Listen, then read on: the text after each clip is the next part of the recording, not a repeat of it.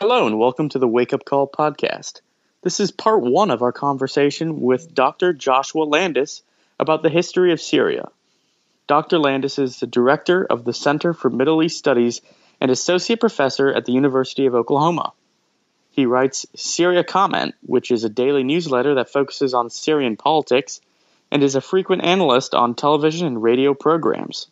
You can follow his work at joshualandis.com or at syriacamac.com. You can find him on Twitter at Joshua_Landis. For more information, please see the show notes page for this episode at wakeupcallpodcast.com/Syria-history. Joshua, welcome to the show. Well, it's a pleasure to be with you. So before we start, I like to get a little overriding motif or theme, because often when we have these history episodes, there's a theme that is present throughout the history of the country. So what would you say in like one or two sentences is the overriding motif or theme throughout the history of Syria? Well, I think for our purposes today, in discussing the uprising in modern history, I think nation building and what I've called the great sorting out is important because Syria is one part of a multi-ethnic, multi-religious empire, the Ottoman Empire, that's destroyed in 1918, World War I, at the same time as many other empires were destroyed in the First World War, which many people have called the empire-destroying war. So you have nation-states, the class of 1919, that are created at the Paris Peace Conference at the end of the war, ranging from Poland in the north all the way to Palestine down in the south. And people of different ethnicities and religion were stuck together and expected to form a political community and a nation state in some kind of happy union. In almost every case, this fails spectacularly. And what you get is a great sorting out where people, different ethnicities, are ethnically cleansed. Some are destroyed, like the Jews of Central Europe, and wiped out. But others are pushed aside as this nation-state process takes shape. And in Europe, much of that great sorting out happens in World War II.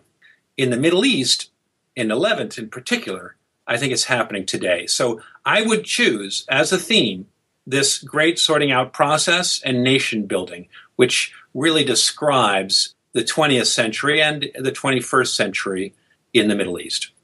All right, now most of our conversation will focus on what happened and what has happened since World War I.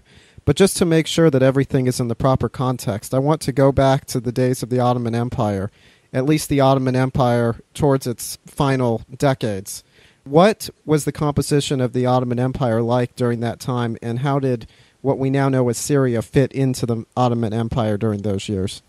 Well, the Arab lands that were conquered by the Ottomans in 1517, 18, 19 were a tremendous hodgepodge of people. One Ottoman official in the 18th century called Syria Noah's Ark because it had two of everything. Tons of religious diversity. Lebanon today is touted as having 18 different religious churches or orders. Syria has the same, and so does Iraq. Real incredible diversity. And for our purposes, we can look at, I think, for the Ottoman period, we want to look at the desert and the sown, the Fertile Crescent. The Fertile Crescent is the sown part. It's where there are peasants, people are not Bedouin, and villages. If you take the Fertile Crescent, it's really an upside-down horseshoe, if you want to imagine it, stretching from Palestine, the mountains of Palestine, the coastline of Palestine, all the way up along the coast, goes across the Taurus Mountains at the base of Turkey, and then it comes down the Tigris and Euphrates River basin, Mesopotamia, towards Basra at the Persian Gulf. That entire area surrounds the Great Arabian Desert, which stretches up from Arabia, Saudi Arabia, and the Rub al-Khali and so forth, all the way up to what's today Raqqa and the edges of Mosul and so forth in Iraq. That region has become ISIS region. today. But the Ottomans were constantly trying to, in a sense, adjudicate between the settled people around the edges and the Bedouin tribes of the center. And for our little geography here, Ottoman geography, we can look at the great cities of the Middle East, starting from Jerusalem, working our way up to Damascus, Homs, Hama, Aleppo, going over towards Raqqa, and then to Kirkuk, and down the Tigris-Euphrates river complex with Baghdad and Najaf and Basra and so forth. All of those cities are sitting at the edge of this great Arabian desert, where the desert meets the Saône. If you think of that desert as a great ocean with these camels and caravans as the ships of the desert, they're ports, port cities at the edge of that desert, and they're taking in the product of these caravans, and they're selling it to the people, the peasants of the mountains around them and the valleys, the greener, lusher areas of that Fertile Crescent. But you have two really very different civilizations. One in the desert, one in the Saône. And then you have the urban population that stretch around it. And you can think of that great Arabian desert much like you think of the Mediterranean, with all of its little city-states surrounding it, and its ports, with the commerce and so forth, with the Greeks and the Romans later, and the Phoenicians, doing business on those little port cities around the Mediterranean. But so are the Arabs doing business around the Great Desert, and they're trading with those mountain areas. And today, in the context of a sort of the meltdown in Iraq and in Syria, the people living on the coast in that Fertile Crescent area, the peasants, are really the oddballs, if you will, religiously. All of the minorities are stuck in these mountain areas. You can start with the Jews down at the bottom, move up towards the Shiites in southern Lebanon, the Druze, the Maronites, the Alawites up in Syria. You get the Turkmen and Kurds along the top stretch, which is hiving off in Kurdistan today. And then the Shiites coming down along the valley of the Euphrates and Tigris. And in the center is a big Sunni ocean that's informed by this Bedouin culture, which settles in the cities and shares the cities with these villagers.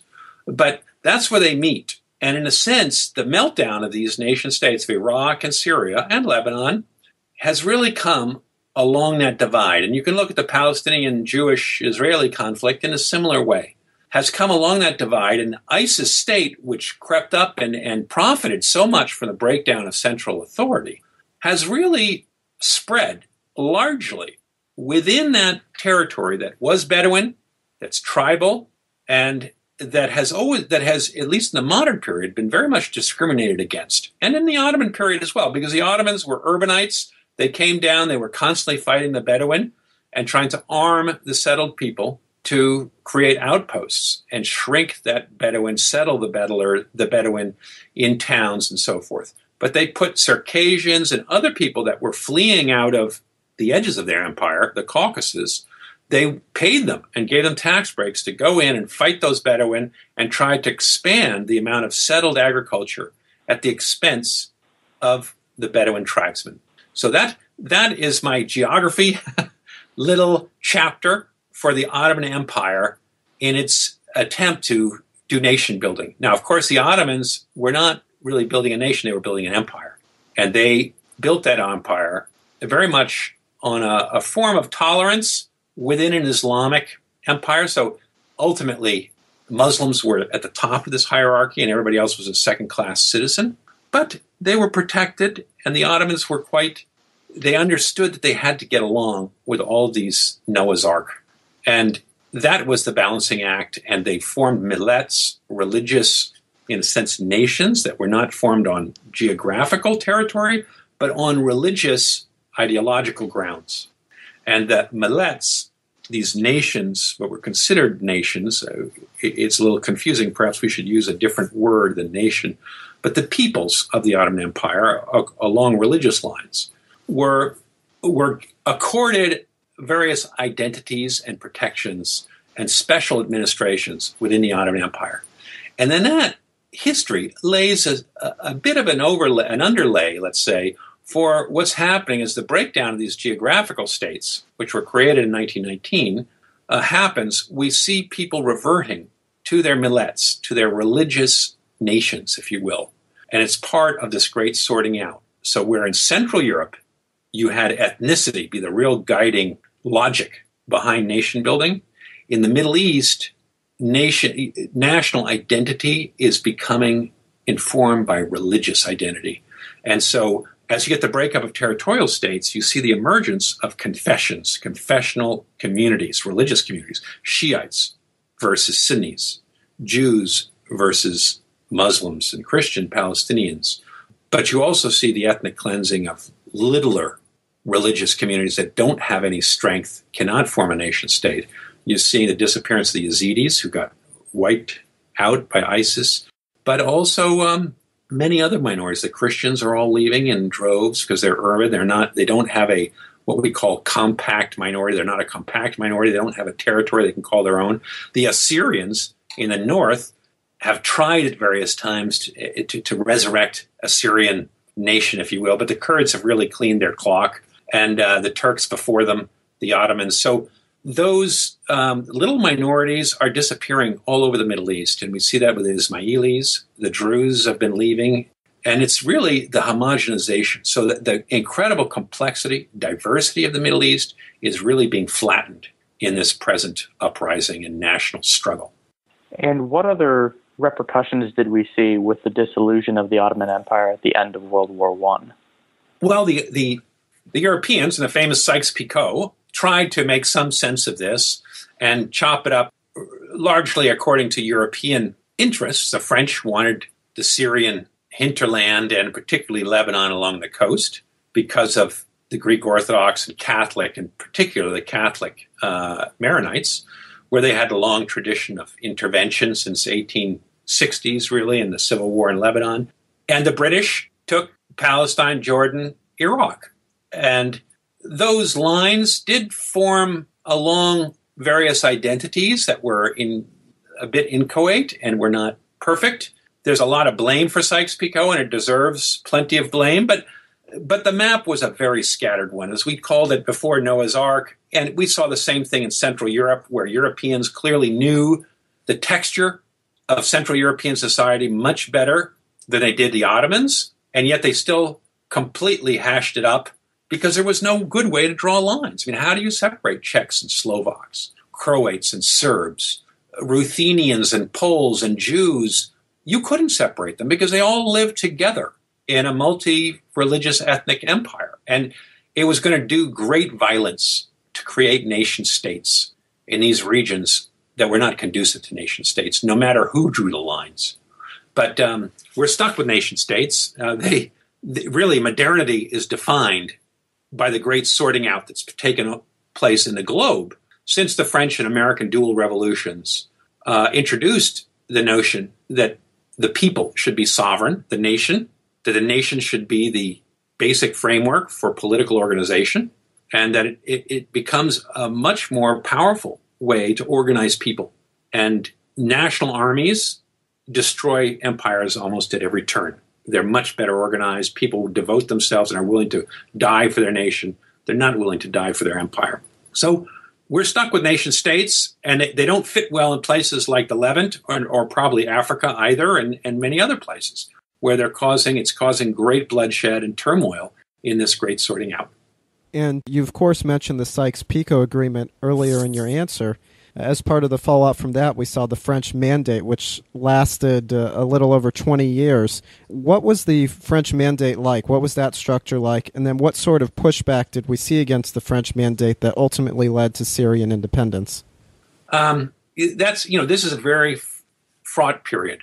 The French carve out Syria. They hive off Lebanon because they understand that they can use the Catholics of the coast to create a separate nation, stuff as much geography as they can in there, and keep the Christians over 50%.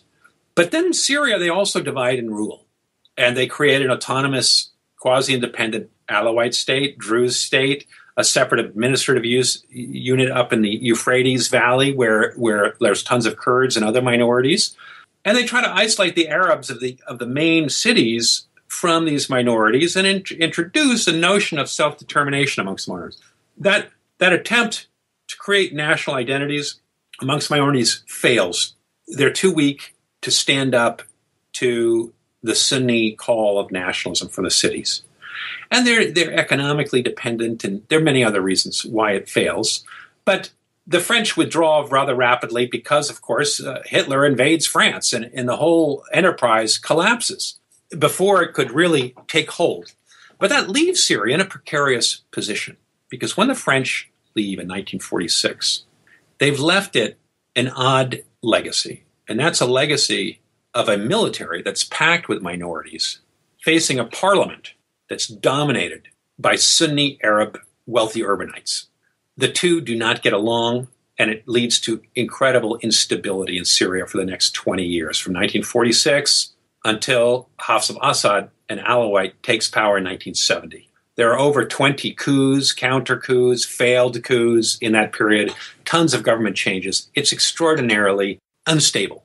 Syria is known as the Banana Republic of the Middle East. And that's largely because disparate elements within the Syrian population don't agree. They don't agree on who should govern. They don't agree on what kind of state: secular, religious, pan-Arab, small Syria, autonomous regions, heavy centralized rule. There is no agreement, not even on the borders. Not one of the political parties that forms when the French leave in 46. There's a period of incredible freedom, if you will. Almost all the political parties in Syria formed during this period. Not one of those political parties accepts the borders the French have laid down for Syria. They all want something bigger, either a greater Syria, which would include Palestine, Lebanon, Jordan, or a pan-Arab nation, which includes Morocco to the Gulf, or there are secessionist movements in the Druze region, some in the Alawite, the Kurds, of course. So Syria is a mess. This leads to dictatorship. And it's going to, because politics fails almost immediately and you get these coups, the military comes into the center. All the politicians try to use military power in order to assert their own views. And that leads to military dictatorship. The Alawites, this legacy of the French, is that you get a military that's heavily minoritarian. And why does that happen? That happens because the French confront, when they occupy Syria in 1920, almost immediately there are uprisings.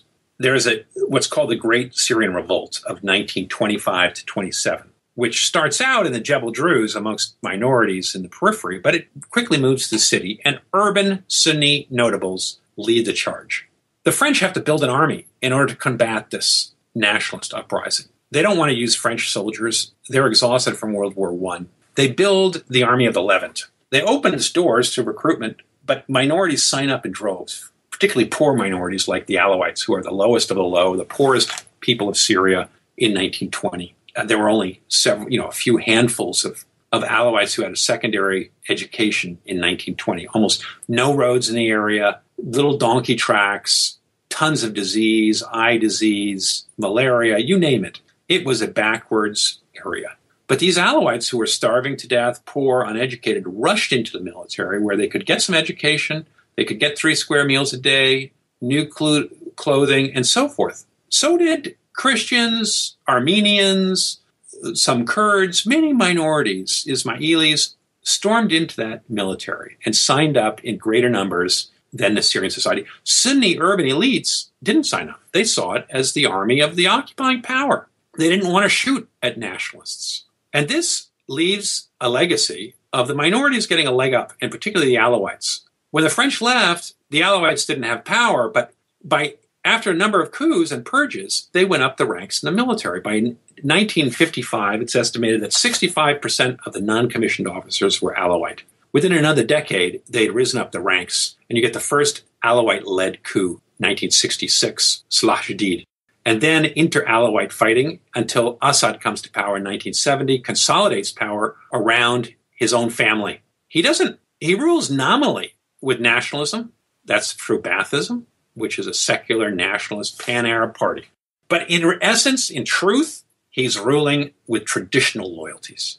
He puts his brother Rifat al-Assad in charge of the Republican Guard, Siraya Difa, and he puts other family members in the intelligence agencies. He jams his family in all the sensitive spots of the security state. Then he puts his confession Alawites in there and in other minorities. And the Ba'ath Party is key. But that's how he consolidates rule. So there's a facade of nationalism. You're not allowed to talk about ethnicity or religion. But underneath it all, it's extremely sectarian. It's all based on these patrimonial, traditional loyalties. And that's why when a thing explodes, 2011, all those old loyalties come right to the fore, because they're the ones that are really working in the Middle East, despite all this language of nationalism. The realities have not changed that much from the days of the French, or in particular the days of the Ottomans. Now, you said, obviously, that Hitler's invasion of France had a big impact on Syria, but what other impacts were there on Syria from the Second World War, and what was their role in that war? Well, the biggest role was it knocks France out as a world power. Yeah. And that's going to give freedom to the colonies of France. They're going to get independence. Britain also takes a big body blow. It wins the war, but it loses the peace in many ways because it's so broken down and poor, and all the Brits are darning their socks next to these little coal fires. And the empire gets out of their hands.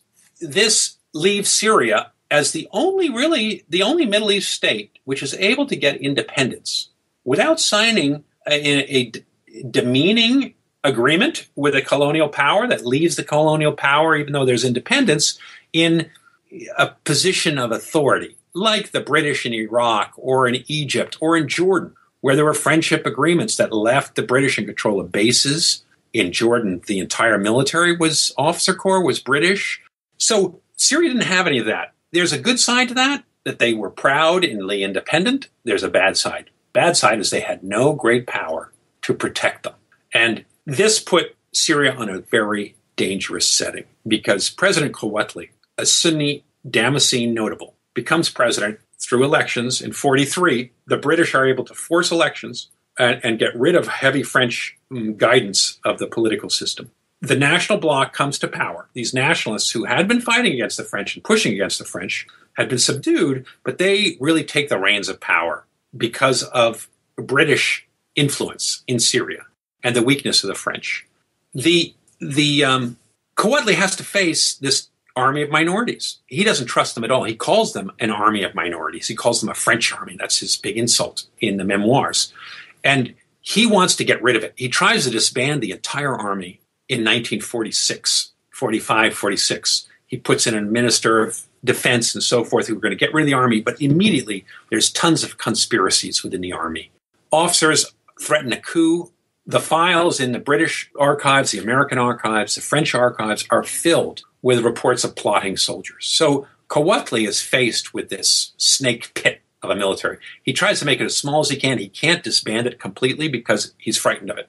He tries to get an external military reform commission. He goes to the Americans in particular. And the Americans are very intrigued by this, and they begin to come up with a plan to send a military mission over there and to help build up a Syrian army with lots of stuff from the Second World War that's left over. But what happens? Just as they're about to go through this process, the war in Palestine begins to heat up.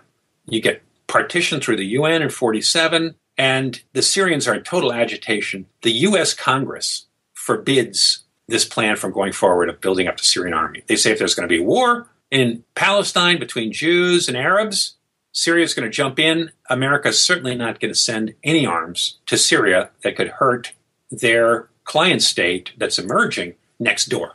So all of those plans to build a Syrian army and to reform it along lines that would put it in greater sync, getting rid of some of the minorities, consolidating a Sunni leadership, all go by the wayside. And this leaves an unreformed army, a snake's pit. So Quwatli then leads his country into war in Palestine in 1948, and he's got an army he doesn't trust. And it's an army that's going to turn against him as soon as the war is over and overthrow him. And you're going to get the Zaim coup. And that's a legacy, in a sense, of Syria's getting independence early and having no foreign agreement and no foreign power that is overlooking Syria. So Syria becomes an orphan And unlike the Jordanians, who still have a Hashemite monarchy and had the British overseeing things, helping them put down coups, building them up, consolidating their military, the Syrians didn't. And they became this banana republic as a result and lost their republic to military dictatorship and ultimate a Ba'athist dictatorship. And one aspect, of course, of the fallout of the Arab-Israeli War in 1948 was the refugee crisis, the Palestinian refugee crisis, often known as the Nakba. What effect did that refugee crisis have on Syria at the time, and what effect has it had over the years? Well, it had a big effect. Over 200,000 refugees came streaming in. They were put in, little schools. There wasn't school that year in 48. It threw the country into turmoil.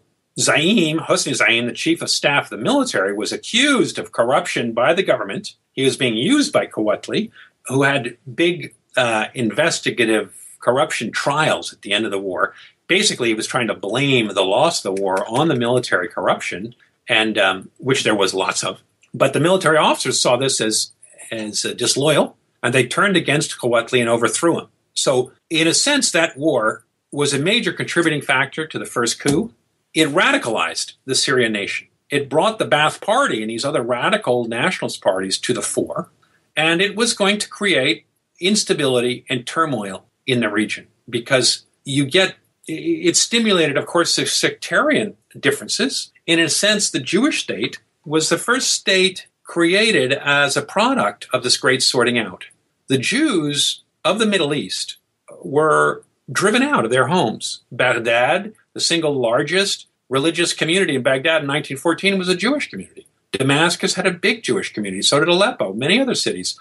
They were all driven out of Syria and began to flee with Nakba. As the Palestinians came streaming in, there were riots and so forth. The Jews felt very unsafe. They left. Half of Israelis today are Middle Eastern Jews who fled their home country. So this great sorting out of the Jews leaving, going to Israel, becoming Israelis, being transformed from Arabs to Jewish as a nation, and the counter effect of the ethnic cleansing, if you will, of the Palestinians and their fleeing and being chased out of Palestine, radicalizes the region. And clearly it sets up a model of a state based on a religio-national identity like the Jewish state. And you had an incipient one with the French finagling in Lebanon, with the Maronites stepping forward in a sense suggesting a Christian state as well. And what we're seeing today, of course, is with Shiites against Sunnis, with the potential for an Alawite rump state, which I don't think will happen, but a Kurdish hiving off. We're seeing, in a sense, fulfillment of this religio-nationalist great sorting out. So to sum up the Second World War and the Nakba in particular in this chapter, the Nakba destabilizes an already very precarious Syria. And perhaps it would have been destabilized anyway, but it certainly does it sooner, before any of the institutions that had been built by the French, like the Constitution, the Parliament, the party system, could really take root. And it throws the country for a loop. It really does. And it's just one more element that destabilizes Syria. Now, something you mentioned earlier to characterize Syria's place in the period after World War II was that they were an orphan. But in the 50s, I guess we saw their orphan status go away to some degree when they reached an agreement with the Soviet Union. And, of course, we still see the remnants of that agreement today with the Russian naval base at Tartus. How did the pact between Syria and the Soviet Union come about, and what has the effect of that agreement been over the years? Well, Syria moved, as you say, into the Soviet orbit beginning in 1956. But that move was already readily apparent in 1948. And it was really the effect of the Nakba, as you said, of this disaster in Palestine for Syria and the Palestinians. Because Syria, as we said, had been intimately negotiating with America for military reform and a much bigger package. Because U.S. ambassadors in a 1946 ambassadors meeting in Cyprus, they really focused on Syria. They said Saudi Arabia and Syria could be the two countries in which we get a firm basis in the Middle East because they don't have colonial occupation. They're totally free. And neither the British nor the French have claim to them, and we could really begin to set up shop and do some good business there. And Syria had a diverse economy. It had an economy that was run by an indigenous Sunni bourgeoisie with lots of other minorities, but the Sunni bourgeoisie was powerful in Aleppo and Damascus, Homs, Hama. So it looked very promising to the Americans. All of that went out with the 48 War. Syria became an enemy of the United States and the Jewish state, which is going to play such a big role in American foreign policy in the region. And so America decided at that moment that it was going to be on the side of the Jewish state and against Syria. As soon as partition happens and the Americans withdraw their support for this military, you can see in the memoirs, we have the memoirs of Al-Assad and others who wanted to be minister, Al-Assad, a Druze, wanted to be minister of defense in Syria. He goes for it. In his diaries, he says, at that time, he went and told Quwatli, we've got to go to the Russians to get arms. The West will not give us arms. We've got to get arms and get prepared for this war in Palestine. We have to go to Russia. Quwatli said, we cannot go to Russia. Russia's broken down. It's after World War II. At any rate, if we do that, the British and the Americans will punish us. So he remained in fear. But that fear would eventually be dispelled. And Syria realized after trying to go to the French and the Russians and so forth for arms, there was an arms embargo on all the Arab powers after 48 War. They were never going to get arms unless they went to the Soviet Union. So they go to the Soviet Union and they become clients of the Soviet Union ever since. And that is the legacy of the 48 War and the fact the Europeans refused to help the Syrians. So they were the stepchild of the region, and they ended up in the Russian boat. And that's the legacy of what we're seeing today of Russia reestablishing its position in Syria by helping the Alawites, by helping the minorities, and in a sense playing the same role that France had of using minorities against the Sunni majority in order to maintain an imperial stronghold in this region. And as the United States withdraws from the Middle East and really, tries to retreat from some of its position as the policeman of the world, and we have to do it. The United States must retreat from that position because we can't afford it anymore. The whole country is up in arms against what it believes is squandering of $3 trillion in the Middle East. They don't want to get involved in Syria. So the Russians see a chance. And in a sense, we're seeing around the globe a reassertion of spheres of influence that existed in the pre-Cold War period. And Russia is getting dibs on this Shiite crescent that Iran has helped build between Iran, Iraq, Syria, Lebanon. And Russia's become a partner in that. And I think we'll see a new security structure being established for the next several decades that includes those states where Russian influence is strong, where the Sunnis really lose out, and the Shiites come forward. And that will be partly a legacy of this 1948 war, of the fact that Syria was forced to go into Soviet arms in the 50s in order to get and fight Israel and to get arms to build its own nation. So that is how Syria moves in the 50s into Soviet orbit. And as it moves into the Soviet orbit, the left-wing nationalist parties that are pro-communist and secular parties win the day.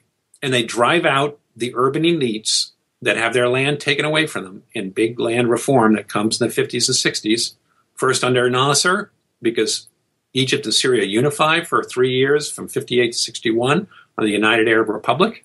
And then when that breaks up under the Ba'ath Party takes over in 63, and you get radical land redistribution, businesses are nationalized. The old landed elite, which had been the core of Syrian political class, the educated elite, quite pro-Western, very capitalist, gets driven out of the country or sent into internal exile, in a sense, brooding in their little houses, as the peasants really from the countryside and these minorities led by the Alawites take over. And the urbanites really go through a bitter period. And they look at these outside Alawites and other minorities that come to power as what they call muwafidin, alien interlopers, who've come and taken over their cities.